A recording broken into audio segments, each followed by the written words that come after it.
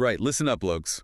Round 12 at Chicagoland Speedway is looming, and it is, well, it's not just another dot on the racing calendar. Oh, definitely not. No, it's this 180-mile-per-hour psychological battleground. The stopwatch is just completely broken out there. Usually when you dive into a motorsport championship, you've got this comforting expectation that pure speed is the only metric that matters. Right, the old put it on the dyno and see the graph spikes mentality. Exactly. The engineer taps the screen and boom, you found your race winner. But, I mean, when you step into the world of the OzOvals V8 Supercar series, that binary logic just completely shatters. It really does. We are looking at a 2026 A championship chase that has turned into an absolute red-hot pressure cooker. The gloves are off, mate. Surviving the biff out there has literally never been more critical to lifting a trophy. Yeah, and the tension in the paddock, and frankly spilling over into the team Discord servers right now, is just palpable. It's wild.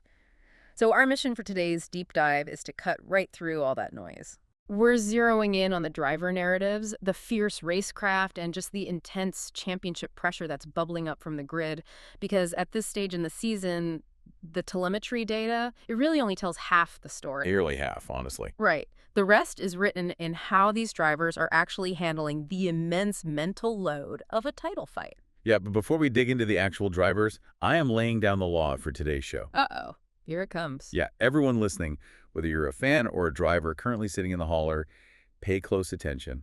There will be zero setup talk today. Yeah. Absolutely none. None at all. Do not bring up car physics. Do not talk to me about camber angles or terminal understeer or aero push into heavy traffic. This is pure, unadulterated sports talk analysis. We're focusing entirely on the squishy bit between the steering wheel and the seat. Exactly, because when you head into a drafting track like Chicagoland, the engineering advantages just vanish. It becomes a pure battle of human nerve. Yeah, the cars are merely the weapons, you know? It's the gladiators wielding them that we need to unpack today. And to truly understand just how volatile this season is, we really have to start at the pointy end of the grid. The two absolute titans. Right, the guys currently running away with the title, leaving everyone else basically fighting for scraps in their dirty air. Yeah, so sitting pretty at the top of the standings right now with 340 points is Ruben Phelps. He's having an unbelievable run. 3 wins this season. That includes those absolute masterclasses at Daytona and Charlotte. Phelps has, I mean, he's just become a machine. He really has, which is crazy when you look at his history. Oh, totally. Historically, this was a guy who had blinding speed, but he seemed to have this, like, magnetic attraction to major incidents. Yeah, perpetually caught in the center of the big ones. Always.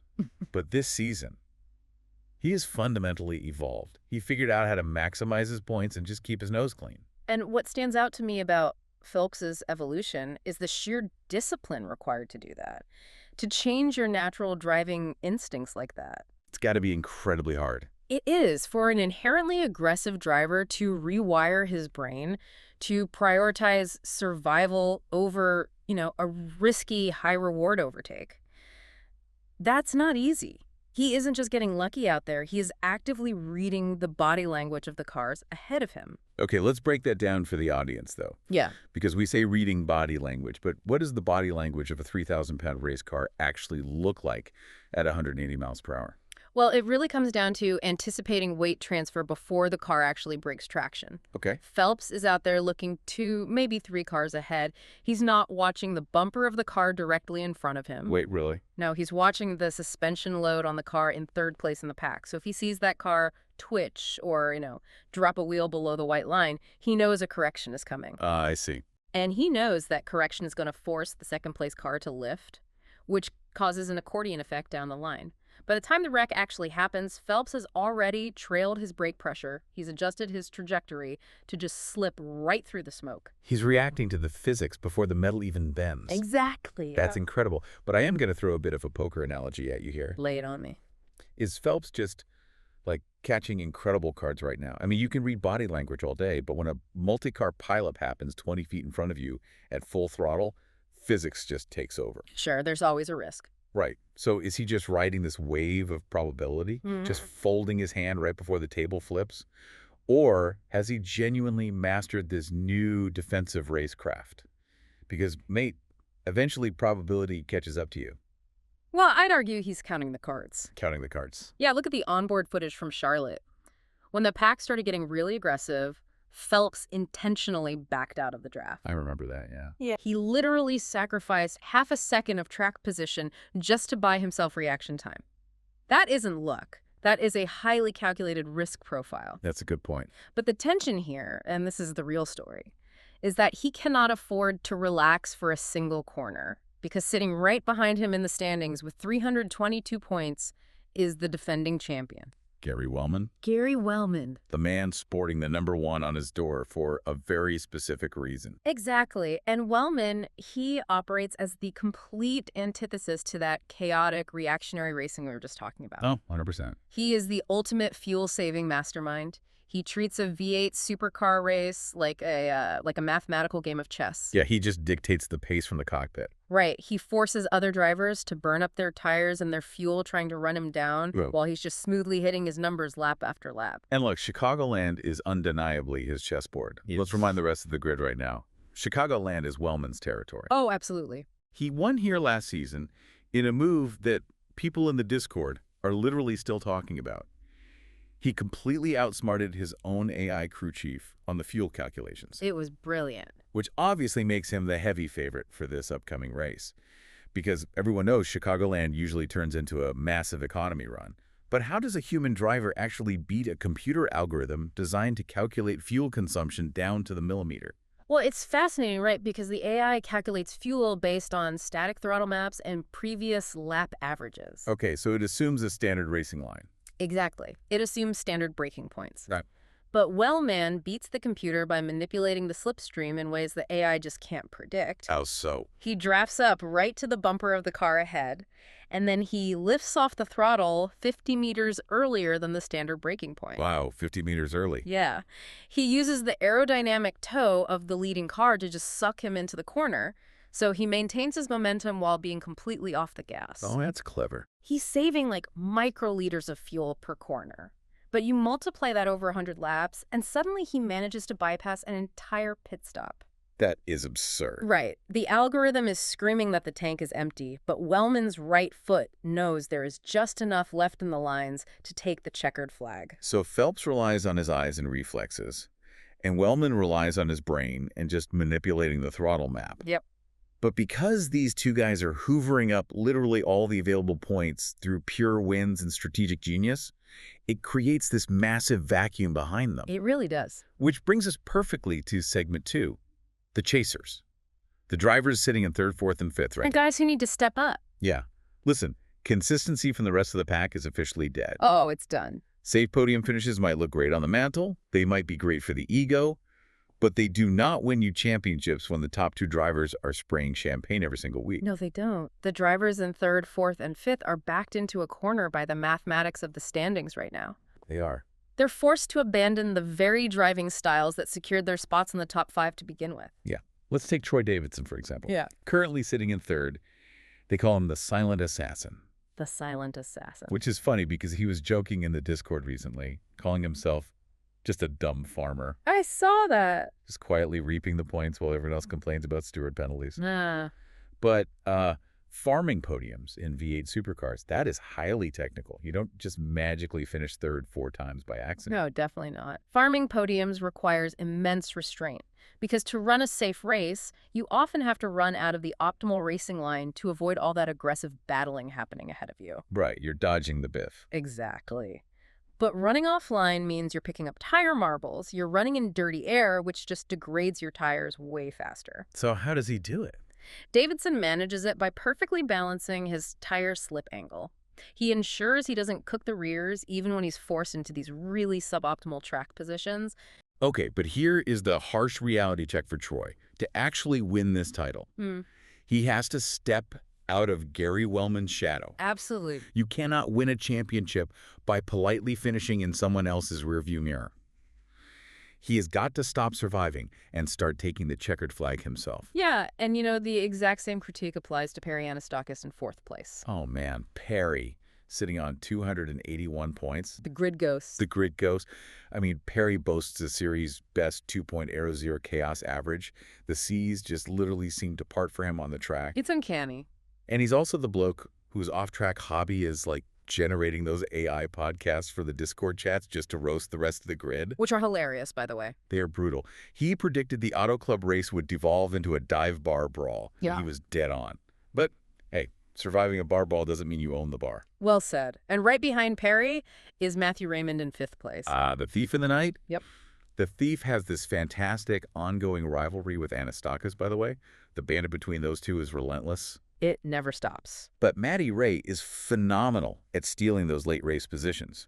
When everyone else is out there cooking their tires in the final 10 laps or sputtering out of fuel, the Thief just slips by on the He inside. capitalizes on mistakes better than anyone. He does.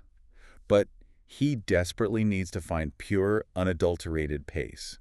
He needs to fight for the lead on merit, rather than just sweeping up the scraps when the leaders falter. He really does. Now, I am going to push back on this entire premise for a second, though. All right, go for it. Isn't farming safe points exactly how you win a grueling, season-long oval championship?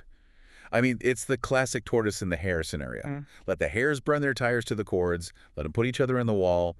The tortoise just keeps logging laps, avoids the carnage, and crosses the line to lift the trophy. Why change a proven formula that has you sitting in the top 5? Because the math of a 50-plus point gap doesn't care about your consistency. Ouch. It's true. The tortoise strategy only works in a season where the hares are inconsistent, where they are prone to DNFs. But Phelps and Wellman are not DNFing. They are finishing races. When the championship leader wins the race and you finish 3rd, you are actively losing ground. Yeah, that's just basic math. Passive driving will not close that gap. The math literally just does not support the tortoise strategy anymore. If the Ghost and the Thief do not turn their clinical survival skills into aggressive race-winning overtakes right now at Chicagoland, their championship campaign is effectively over. Wow. They are no longer racing for a title at that point. They are just protecting 3rd place. They have to manufacture their own opportunities now. They can't just wait for the leaders to hand them a victory. You know, if the chasers are forced to abandon those safe, methodical strategies, and they have to drive more aggressively to catch the top 2, that creates a massive causal ripple effect across the entire field. Oh, a massive one. Because if Davidson, Anastakis, and Raymond start pushing the braking zones and fighting for track position, they're going to run right into the physical space occupied by the grid's most volatile elements. The guys who stopped caring about points a long time ago. Exactly. I'm talking about the drivers who abandoned safe points weeks ago. The guy's perfectly happy turning the track upside down. Right, and when championship contenders are forced to race side by side against drivers who have absolutely nothing to lose, the dynamic on the asphalt becomes incredibly dangerous. Enter Ryan Barber, Jr., the reckless. Yeah, we have to talk about Junior. We absolutely do, because his raw speed is undeniable.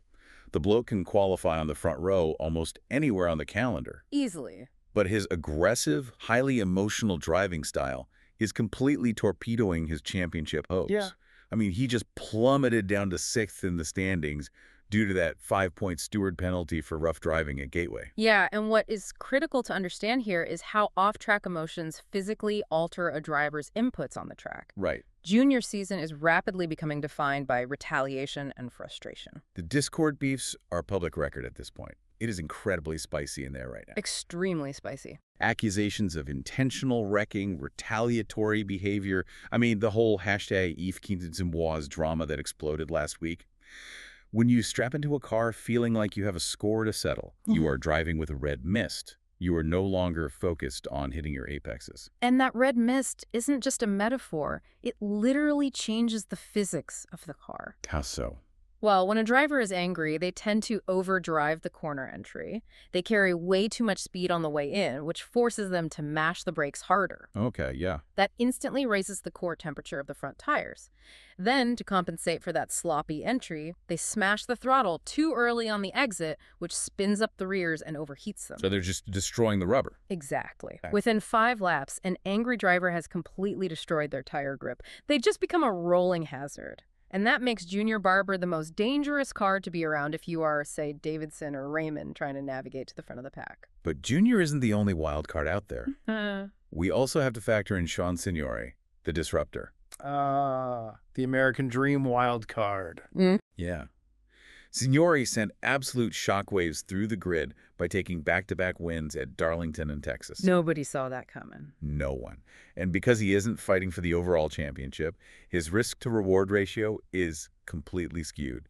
He is more than happy to dive bomb the inside line, trade some paint, and just steal a race win right out from under the noses of Folks and Wellman. He really is. So, do these disruptors actually hold the keys to the championship? Are they the jokers in the deck that decide who takes home the trophy? I think they absolutely are. Because if you are Gary Wellman, right, quietly plotting your perfect mathematical economy run at Chicagoland, the absolute last thing you want to see in your mirror is Sean Signore throwing a massive block. Or Junior Barber retaliating against a perceived slight and putting someone into the outside wall. Exactly. These wild cards hold immense power over the championship tempo. If Signore pushes the limits too far or Barber makes a reckless move, it guarantees a late race caution. And a yellow flag completely destroys the fuel strategies that Wellman relies on. It shatters them. Let's look at the mechanics of a late caution at Chicagoland. The field bunches up behind the pace car. The pace drops from 180 miles per hour to maybe 60. Right. The immediate effect is that the tires cool rapidly. And as the tires cool, the internal air pressure drops. Oh, that's bad news. Yeah. So when the green flag waves again, those V8 supercars suddenly have completely different handling characteristics. The cars will suffer from snap oversteer until the tires come back up to temperature. So a mathematical chess match instantly turns into a terrifying cold tire sprint race where grip is completely unpredictable. Exactly. A 10-lap sprint race with 600 horsepower V8s sliding around on cold tires driven by blokes who are desperate to close a 50-point cap. It's going to be nuts. That is a recipe for spectacular chaos, which brings us directly to predictions for Chicagoland. Round 12, a 1.5-mile D-shaped oval with sweeping asphalt that just dares you to run wide open. It is time to put our reputations on the line, mate. Who takes the checkered flag? Well, I rely on the data, the telemetry, and historical precedent. Of course you do. I am firmly backing Gary Wellman. Seriously. Absolutely. Chicagoland rewards intelligence over raw aggression, and Wellman's fuel-saving genius is just unmatched on this specific track layout. He knows exactly how to manipulate the draft to save fuel. He knows precisely when to lift. Yeah, true. And he knows how to break the spirit of the drivers chasing him by forcing them to burn all their resources. Unless a disruptor completely upends the race with a late caution, Wellman will dominate that 1.5-mile oval and extend his championship lead. Okay, I am taking the completely opposite stance here. All right, who you got? I think the pressure cooker has officially whistled. I predict that one of the chasers is going to snap. You think so? Oh, I know so. Whether it's Davidson finally shedding the silent tag, or Anastakis stepping out of the ghost realm and getting his hands dirty, or maybe Matty Ray finding the pure pace to lead from the front. It's a big ask. They know the math. Finishing third behind Phelps and Wellman is a death sentence for their title hopes. One of them is going to step up, get aggressive, trade some paint, and just take this win by force. It is a bold prediction because, to date, none of the chasers have shown any indication they are willing to risk their safety net for a win. Well, that is exactly why it's a prediction. So I am speaking directly to you drivers right now. Here we go. Picture the scenario. You are caught in the draft at Chicagoland. The grandstands are an absolute blur of color. There are 10 laps to go, and you are sitting in third place. Sweating bullets. Exactly. Are you going to lift off the throttle, play it safe, and save fuel for a comfortable, entirely forgettable top 5 finish? Or are you going to fair dinkum, send it into turn 3, risk the wall, risk the points, and lay absolutely everything on the line for the victory? Because playing it safe does not get your name engraved on the championship trophy. Spot on. And looking beyond just the checkered flag at Chicagoland, I want to leave you with this final thought. Let's hear it. We have analyzed the mechanics of fuel saving, the physics of tire degradation, and the math of the points gap today. But with all the mental warfare we have witnessed recently, the AI-generated banter, the steward penalty drama, the public call-outs brewing in the team Discord. It's a lot. It is. Does the 2026A championship actually come down to who has the fastest car and the smartest strategy on the track? Or does it ultimately come down to who possesses the strongest psychological resilience off the track? Oh, that's a brilliant question. The driver who can log off Discord, shut out the noise, and arrive at the grid with a clear head. That might just be the one who walks away with the title. That is the ultimate test of a champion, right there. Yeah. We will see who cracks first under the pressure. Keep it on the black stuff, everyone. We will see you on the grid.